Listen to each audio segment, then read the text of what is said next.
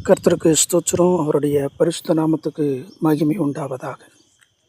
வேதாகமத்திலே துணிந்து நின்றவர்கள், துணிந்து நின்றதினால், கர்த்தருக்காக வைராக்கியம் பாராட்டினதனால் நடந்த அற்புதங்கள் என்ன என்பதை நாம் பார்க்க போகிறோம். முதலாவதாக தானியேல் ராஜாவினுடைய கட்டளை இருந்தும் தினமும் 3 வேளை தேவனை நோக்கி ஜெபித்தார், துணிந்து நின்றார். தேவன் அந்த வைராக்கியத்தை பார்த்து, அந்த துணிவை பார்த்து சிங்கங்களின் வாய்களை தேவன் கட்டி போட்டார். உயிரோடு தானியேலை வெளியே கொண்டு வந்தார். அதே போலதான் ஷாத்ராக், மேஷாக், ஆபேத்நேகோ, நாங்கள் உம்முடைய தேவர்களை சேவிக்க மாட்டோம் என்று ராஜாவிடம் நேரடியாகவே சொன்னாங்க. துணிந்து நின்றார்கள், வைராக்கியம் பாராட்டினார்கள். நெருப்பு அவர்களை சுடவில்லை. 4வது நபராக கர்த்தர் அவர்களோடு உலாவினார்.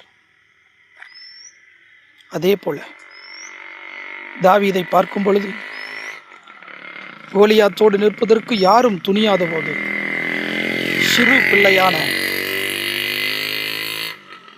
தாவீது கர்த்தருடைய நாமத்தினாலே, இராணுவங்களின் தேவனுடைய நாமத்தினாலே துணிந்து நின்றார். ஒரே கல்லில் கோலியாத்தை வீழ்த்தி போட்டார். அப்படித்தான் நாமும் கூட தேவனுக்காக துணிந்து நிற்கும் பொழுது, தேவனுக்காக வைராக்கியம் பாராட்டும் பொழுது, வேறு மனிதன் அல்ல, தேவனே நமக்காக வந்து அற்புத அடையாளங்களை செய்வார்.